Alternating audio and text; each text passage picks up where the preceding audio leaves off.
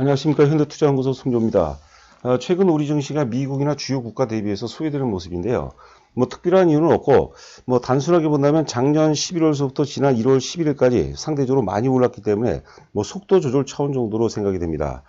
빠르면 3월, 늦어도 4월 정도서부터는 다시 글로벌 증시 대비 강력한 랠리가 예상이 되고 있지 않나 생각이 됩니다. 이번 시간은 시대적 주도주 카카오, 그리고 떠오르는 태양이라고 할까요? 빅히트 두 종목에 대해서 분석해 보도록 하겠습니다. 자, 지금 카카오 같은 경우는 오늘도 장중 등락이 심한 모습인데 상당히 모양이 좋습니다. 이번 어떤 그 흐름으로 역사적 신고가 돌파 가능성도 충분히 있어 보이고요. 자, 빅히트 같은 경우 오늘 제법 조정을 보이고 있죠. 단기적으로 좀 많이 올랐기 때문에 자연스러운 조정이 아닌가 생각됩니다. 아름다운 단기 조정이라는 표현을 썼는데 10보 전진을 위한 한 1, 2보쯤의 후퇴, 그 정도로 해석하는 것이 맞지 않을까 생각됩니다. 자, 지금 보시는 그림은 이제 네이버입니다. 예전에도 한번 소개해드렸던 그림인데요. 네이버의 그 장기 연봉 차트입니다. 월봉이 아니라 연봉 차트인데, 지금 이제 아래 보시면 이제 그 현 카카오라고 그러는데, 네이버 같은 경우는 이제 그 2005년도에 역사적 고점을 돌파했죠. 역사적 고점을 돌파해서 2005년도, 6년도, 7년도까지 3년에 걸쳐서 대략 한 1000% 정도 주가가 이제 올라갑니다. 지금 카카오가 이제 네이버가 당시 2005년, 6년, 7년이라고 하면 카카오 같은 경우는 지금 이제 2006년도, 네이버 2006년도 정도에 해당이 되고 있지 않나 생각이 되는데요. 자, 하여튼 그 카카오는 우리가 그 단기로 승부를 볼 종목이 아니죠. 포트폴리오 중심이 돼야 되겠고, 길게 봐야 될 종목이 아닌가 생각됩니다. 그 좌상단에 보시면 네이버는 카카오의 미래다. 예전에 제가 여자는 남자의 미래다. 홍상수 감독 영화죠. 그거를 패러디해서 네이버의 현재 주가를 보게 되면 카카오의 미래 역시도 우리가 사실 그 비즈니스 모델이 좀 상당 부분 유사합니다. 그렇죠. 특히 이제 최근 들어서 이제 4차 산업혁명에 아주 그 특화된 어떤 그 사업 포트폴리오를 갖고 있는데 네이버의 장기 차트를 보면서 카카오를 매매한다면 상당 부분 마음 편하게 좀 우리가 매매할 수 있지 않을까 생각됩니다. 잠시 후에 자세히 또 말씀드리도록 하겠고요. 자, 카카오 장기 월봉이죠. 지금 이제 역사 고점 돌파하고 사실 이제 지난 그 작년이죠. 작년 코로나 저점을 출발점을 한다면 이제 1년째 오르기 때문에 아직까지는 이제 사실 그 우리가 상승 기간을 감안한다면 보통 이제 3년 오른다고 보면 이제 1년 올랐기 때문에 아직까지는 이제 초반 단계를 봐야 될 것 같아요. 이제 한 3보에서 한 4번 응선 정도에 접어들었다. 이 정도로 생각하시면 또 마음이 편하실 것 같아요. 제가 3가지 정도 요약을 해봤는데요. 예전에도 한번 말씀을 드렸던 내용입니다. 이 카카오 같은 경우는 지금 시장 자체가 여전히 그 불확실성이 좀 많이 남죠. 대내외적, 특히 대외적인 불확실성이 많이 있습니다. 최근에 유가도 좀 많이 오르고 있고요. 원화도 지금 그 제법 많이 하가 되고 있죠. 거기다 이제 또 정치적인 혹은 정책적인 리스크도 있죠. 특히 미국과 중국 간의 어떤 그 정치적인 어떤 불확실성이 굉장히 큰데, 카카오 같은 경우는 자회사가 이제 거의 한 100개가 됩니다. 정확히 98개로 제가 알고 있는데, 자회사가 워낙 많기 때문에 사실 이런 대내외적 불확실성을 피할 수 있는 가장 어떤 그 대내외적인 불확실성 속에서 가장 자유로운 종목이 아닌가 생각이 됩니다. 그래서 만약에 어떤 그 대외적 혹은 이제 대내외적인 불확실성으로 주가가 흔히 이제 폭락을 한다면은 초기에는 이제 같이 빠지겠는데 가장 복원력이 센 종목이 아닌가 생각됩니다. 자, 두 번째는 지금 카카오 같은 경우는 여전히 이제 4차 산업의 연장선 상에서 본다면 지금 구경제와 신경제 간의 충돌 그런 과정이거든요. 다행히 이제 그 카카오 같은 경우 이제 신경제에 속해 있는데, 역사적인 흐름, 어떤 그 시대적인 흐름을 감안한다면 결국 신경제 쪽으로 이제 그 산업 구조가 재편될 가능성이 높지 않을까 생각합니다. 그래서 구경제와 신경제 간의 충돌 과정 속에서도 이제 좋은 흐름이라고 봐야 될 것 같고요. 자, 마지막으로 이제 그 부동산처럼이라고 그러는데, 지금 예를 들어서 주가가 46만 원이라 치면요. 그냥 부동산으로 따지면 이제 평당 46만 원이 되겠죠. 그러면 이제 평당 50만 원에서 평당 60만 원, 70만 원. 그 과정에서 조정받는 경우가 있어요. 근데 우리가 부동산, 예를 들어서 땅을 사놓고, 평당 46만 원짜리 땅을 사놓고, 지난번 고점에서 팔고 요번에 다시 저점에 사고 이러지는 않거든요, 사실. 그러니까 마치 우리가 부동산을 이제 계속 그 매집해 나간다. 한 평, 두 평 더 사 나간다. 그런 관점으로 접근해 본다면 굉장히 좋은 흐름이 예상이 되지 않나 생각됩니다. 앞서 우리가 그 네이버를 말씀드렸죠. 네이버는 카카오의 미래라고 말씀드렸는데, 그런 식으로 투자한다면, 최근에 이제 그 주식 투자 인구가 워낙 많이 증가했는데, 자제분들한테도 이제 많이 중요한다는 얘기를 하거든요. 이 카카오 같은 경우는 그런 차원에서 더할 나위 없이 좋은 어떤 그 투자 종목이 아닌가 생각됩니다. 자, 최근 이제 그 KTB증권 이제 보고서입니다. 영업이익하고 뭐 영업이익률, 그 ROE죠. 자기자본 이익률 정도 한번 살펴보도록 하겠습니다. 2019년도에 이제 2,070억에서 2020년도 작년에 이제 4,400억이에요. 그러니까 작년에 굉장히 많이 올랐어요. 2천억짜리 영업이익이 2천억대가 4천억대 중반까지 올라갔으니까 100% 이상 급등했으니까 작년 같은 것도 굉장히 열악한 그런 환경이었죠. 자, 그러니까 주가가 이제 많이 오를 수밖에 없어요. 저희 같은 경우는 이제 2019년도 제가 4월로 기억하고 있는데 대략 11만 원대에서 저희가 최고 주력주로 편입을 한 종목이에요. 그러니까 지금까지 보면 굉장한 수익률도 났죠. 자, 올해 예상 영업이익이 이제 대략적으로 제가 8,980억으로 지금 KTB증권에서는 전망하고 있는데 역시 그 작년 대비해서 거의 100% 정도 증가해요. 그러면 주가는 이 정도 흐름이라면 11만 원에서 40만 원까지 올랐거든요. 그러면 40만 원에서 최소한 80만 원 정도는 뭐 넘어갈 수 있지 않을까 생각이 되고요. 2022년도에 이제 영업이익이 1조로 넘어간다고 하는데 1조 3,700억 정도를 예상하고 있는데 그때 가서 또 고민해보면 좋을 것 같아요.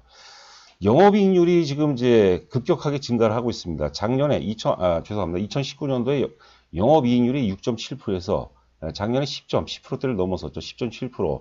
그리고 이제 그 올해 같은 경우 16%대. 그리고 이제 2020년도면 이제 그 20%대라고 하는데 제가 보기에는 큰 오차는 없을 것 같아요. 왜냐면 뭐 반복적으로 말씀드리지만 사업이 이제 그 성장 산업이 많이 포함되어 있고 그 중에서 이제 그 사업 관리를 통해서 지금 카카오의 주력 기업들 보면 예전에도 제가 한번 말씀드렸는데 계속해서 지금 성장세가 굉장히 도약하는 그런 단계에 있는 그런 종목들이 굉장히 많습니다.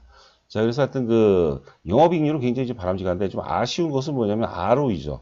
자기자본 이익률이 아직까지 좀 낮습니다. 자기자본 이익률이 기본적으로 20%대를 넘어서야 돼요. 그래야지 우리가 그 국내용이 아니라 글로벌 기업하고도 뭐 그냥 우리가 단순하게 사업적인 영역으로 뭐라고 해요? 경제한다는 게 아니라 비교 대상이 충분히 될 수 있다고 보는 것이죠. 그래서 카카오 입장에 제가 뭐 한 말씀을 좀 만약에 전한다면 ROE를 이제 신경을 좀 많이 써야 된다.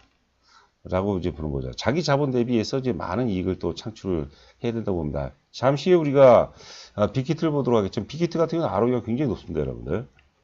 그만큼 굉장히 효율적으로 제 자산을 이제 운영한다고 봐야 될 것 같습니다. 자, 지금 이제 작년 이제 그 8월 말 혹은 9월 초에 42만 원대에서 그 조정이 시작됐어요. 그래서 대략적으로 한 3개월 혹은 4개월 조정 받은 다음에 1월 달에 다시 역사의 고점을 돌파했죠. 대량 거래가 터졌는데 일반적으로 역사 고점을 돌파할 때는 이제 대량 거래가 많이 나옵니다. 그런데 아주 우려할 만한 수준은 아니에요. 만약에 당시에 거래량이 현재 거래량이 2배수 정도가 터졌다면은 단기적으로 에너지가 워낙 많이 고갈되기 때문에 사실 그 조정의 골이 좀 깊어질 가능성이 있는데 뭐 거래량은 좀 적당한 수준이 아닌가 생각되고요. 여하튼 간에 작년 8월 고점, 8월에서 9월 고점 위에서 주가가 논다는 것은 굉장히 좋은 모습이고 그리고 거래 상태 위에 이제 그 조정기라고 봐야 되겠죠. 등락을 하고 있지만 조정기의 거래량이 상대 거래입니다. 거래량이 급감을 모습도 굉장히 좋아요. 주가가 조정받을 때 거래량이 많이 늘어나게 되면은 사실 그 주가가 올라가기가 굉장히 힘들어요. 왜냐하면 주가가 조정기에도 계속해서 호재거리가 나오고 또 사자가 많다는 거죠. 팔자도 많고 사자도 많고 그러면 물량이 그 흔히 저희들 표현대로 이제 꼬인다는 표현을 많이 쓰거든요. 근데 다행히 조정기 때는 거래 상태 이후에 거래량이 이제 급감하는 모습이고 그리고 최근에 또 보시면은 한 3일 전이 되겠죠. 3일 전이면 뭐 지난주 금요일이라고 볼 수 있는데 금요일 같은 경우는 거래 바닥이 나옵니다. 보통 이제 주가 관리의 연장선상에서 거래 바닥은 이제 절대 거래 바닥이 아니라 상대입니다. 최근 거래 대비해서 상대 바닥이 오게 되면 우리는 이제 매도 세력의 소멸을 의미하거든요. 거래 상대 바닥 이후에 그때서부터 주가가 좀 오른 경우가 좀 있습니다. 하여튼 그 흐름이 굉장히 좋고 오늘 그 저희 직원들하고도 좀 회의를 할 때 그 공통적으로 얘기한 게 오늘 같은 날 좀 거래를 좀 뻗어주면서 좀 양봉을 좀 만들어줬으면 하나 아쉬움이 있죠. 최소한 한 4, 5% 정도 이상 좀 올라가줬으면은 역사의 최고점이 다시 그 47만 원대, 47만 9천 원이 최고점이 되는데 47만 9천 원을 이제 충분히 돌파할 수도 있지 않느냐 뭐 그런 생각을 좀 해봤습니다. 죄송합니다. 제가 요즘에 그 목 상태가 너무 안 좋아갖고요. 목이 뭐 계속 좀 잠기는데 이해해 주시기 바랍니다. 자, 이번 화면은 제가 조금 뭐 단순하지만 좀 신경 써서 만든 내용입니다. BTS 더 리뷰. 제가 전에 그 책을 읽었다고 그랬어요. 그 친구가 친한 벗이 오주원이라는 친구인데 또 이름을 불러주면 또 좋죠. 제 또 그 유튜브를 많이 또 애청해 주시는 친구 중에 하나인데요. 그 친구가 이제 그 소개를 해준 책이에요. 제가 BTS가 굉장히 좋다니까 이 책을 한번 읽어봐라 해서 BTS 더 리뷰라는 책을 읽는데 지금 거의 다 읽었습니다. 내용이 굉장히 좋은 것 같아요. 그 내용 중에 하나를 제가 발췌했습니다. 이건 이제 BTS 1집의 화양연화라는 그런 이제 1집 그 타이틀 이제 제목이죠. 타이틀 제목인데 화양연화라는 게 예전에 그 홍콩 영화에 보시면 왕가희 감독 작품에 저도 그 영화를 굉장히 재밌게 봤습니다.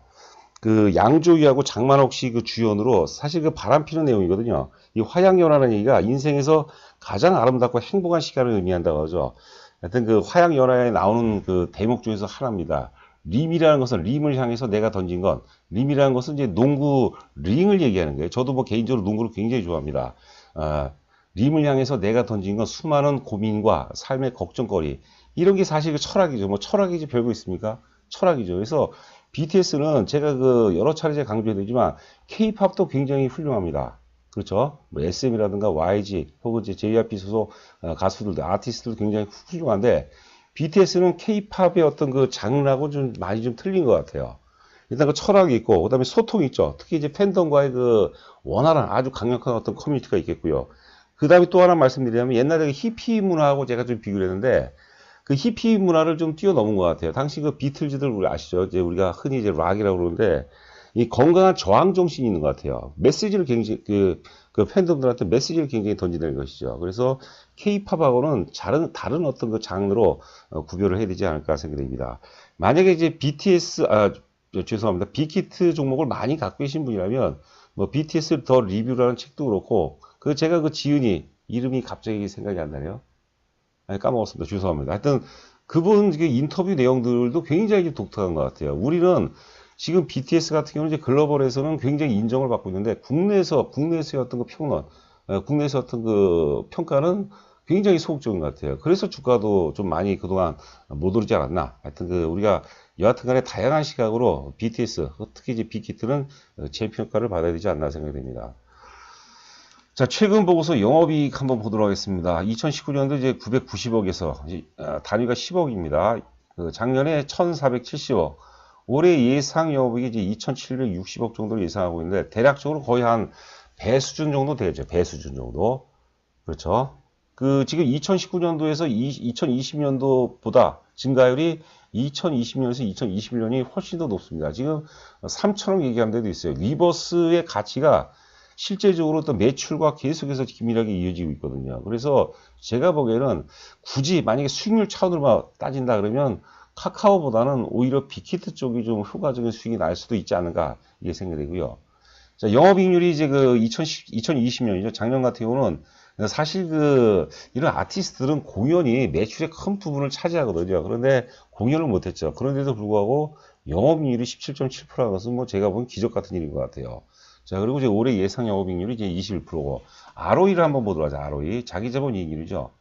2019년도 이제 56.5%에서 작년에 이제 47.6%, 올해 또 50% 넘긴다 그러는데 대단한 겁니다. 그러니까 자본의 효율성, 그런 차원에서 본다면 뭐 대단한 어떤 우리가 의미를 좀 부여를 해 둬야 되지 않을까 생각됩니다. 자, 그리고 보시는 화면 한번 간략하게 한번 보도록 하겠습니다. 일단 그 왼쪽은 아티스트가 직접 참여해서 얻은 매출하고, 그 다음에 아티스트의 간접 촬영 매출 추이를 이제 보자는 건데, 2019년 기준으로 해보도록 하죠. 3,190억이었습니다. 그리고 직접 아티스트들이, 방탄소년단을 비롯해서 소속사였던 아티스트들이 직접 참여해서 만든 매출이 이제 3,100억. 그 중에서 이제 앨범 매출이 이제 그 1,000억이고, 그 다음에 공연 매출이 1,900억이라는 얘기죠. 기타 매출이 뭐 한 200억 정도 되는 거고요. 자, 그리고 이제 그 아티스트들 간접 참여 매출, 이게 굉장히 중요합니다. 이게 이제 2,600억이요. 그러니까 직접 참여 매출보다는 적죠. 그렇죠. 한 70% 정도 수준이라고 봐야 될 것 같아요.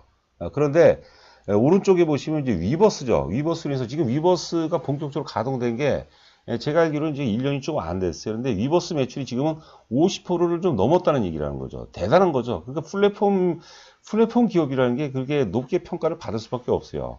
그래서 위버스 플랫폼 내 글로벌 아티스트 입점. 일단은 그 IP라는 것은 이제 아티스트로 생각하시면 될 것 같아요. 아티스트의 어떤 다각화. 그 다음에 이제 두 번째는 트래픽 증가. 그 다음에 팬 참여도 제거, 특히 이제 그 열성 팬들, 우리가 흔히들 팬덤이라고 얘기죠. 그 다음에 수익 창출 강화, 뭐 일반적인 내용이고, 거기다 플러스, 요 내용이 중요한 거죠. 외부 아티스트, 그러니까 빅히트 소속 외에, 우리 그 미국이든 뭐 미국이든 뭐 유럽이든 그 유수의 어떤 아티스트들이 자기네 어떤 앨범이라든가 자기네 공연을 홍보를 하려면 돈이 들겠죠. 그렇죠. 미디어에도 돈을 갖다 줘야 되겠고, 그 다음에 어떤 그 프로모터 비용이 상당히 많이 들어갈 텐데, 위버스라는 플랫폼 내에다가 공지를 하고 홍보를 하게 되면 자연스럽게 뭐 수수료 정도 좀 받을 수 있을 텐데, 그거는 제가 잘 모르겠습니다. 여하튼 간에 외부 아티스트로 인해서 발생되는 매출도 굉장히 크다는 것이죠. 자, 아티스트와 이제 팬 간의 소통이 강화된 거죠. 이런 것들이 사실 이제 결국은 부가치로 이어질 수밖에 없다는 거죠. 그 다음 코어팬이라는 게 이제 우리가 흔히 뭐 중심팬, 팬덤을 의미하는 거죠.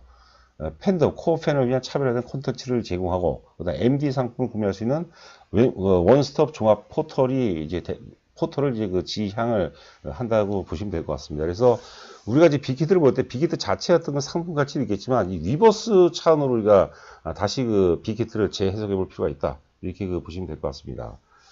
자, 일봉 차트 보시면은 이제 지금 이제 많이 올랐습니다. 사실 1월 초반서부터. 이게 또 재미있는 게 뭐냐면 빅히트하고 삼성전자, 혹은 빅히트와 현대차의 상관을 보면 사실 정확히 1월 11일 날 삼성전자, 현대차는 상투를 찍었어요. 그런데 빅히트는 그때가 정확히 바닥이었어요. 이거 희한하죠? 그게 바로 그 단순하지만 쉽고 굉장히 쉽고 굉장히 의미 있는 어떤 뭐 기법이라고 할까요? 뭐 그렇게 보시면 될 것 같아요. 많이 올랐으니까 조정받는 건 당연한 것 같아요. 자, 하여튼 그 우리가 제가 이제 항상 드리는 말씀이 우리가 꽁이라든가 토끼 사정이 아니라 범을 사정하자는 거예요. 범을. 근데 그런 사람들이 오늘도 마찬가지고 한 5% 빠지니까 난리 난 사람도 있어요. 뭐 미치는 것까지 괜찮은데 환장이라는 게 뭐 장이 뒤집힌다는 얘기죠. 그러면 여러분들 절대로 안 됩니다. 여러분. 굉장히 마음이 좀 불편하더라고요. 자, 하여튼 그 빅히트 같은 경우 우리가 K-팝과 다른 장르로 해석해 볼 필요가 있다. 자, 그다음에 이제 앞서도 말씀드렸지만 건강한 저항 정신이 있어요. 막연한 저항이 아니라 과거의 히피 같은 막연한 저항이 아니라 건강한 저항 정신이 있고, 그다음에 철학이 있죠. 그다음에 팬덤들과 어떤 그 커뮤니케이션, 소통이 또 있는 기업이고, 그래서 빅히트는 우리가 어설프게 보는 게 아니라 세계 1위 엔터 플랫폼 기업으로 재해석을 해볼 필요가 있다, 이렇게 보시면 될 것 같아요. 그래서 많이 여러분께 느끼셔야 돼요. 주가가 올라가면 기분 좋고, 그다음 주가도 빠지면 또 괴롭고, 이렇게 일희일비해서는 여러분들 도저히 범을 잡을 수가 없는 거예요. 그러니까 여러분들 거울을 보시면 알 거예요. 실력은 안 되는데 돈을 많이 벌고 싶다. 이러면 그것은 탐욕이죠. 그럼 100점 100배가 될 수밖에 없습니다. 실력으로 무장이 돼야 돼요. 그게 힘드니까 이제 저 같은 어떤 뭐 멘토라고 할까요? 뭐 전문가들이 또 존재하는 이유가 아닌가 생각이 됩니다. 자, 저희 그 VIP 회원 모집 관련해서는 그 달리 생각하지 마시고 저희한테 영업은 너무나도 소중한 거예요. 굉장히 소중한 거거든요. 그러니까 가끔가다 이제 댓글에 이상한 말 쓰시는 분이 있는데 영업은 저희한테 굉장히 소중한 겁니다. 뭐 가입 금액이 있고 정보 제공 내용이 있고요.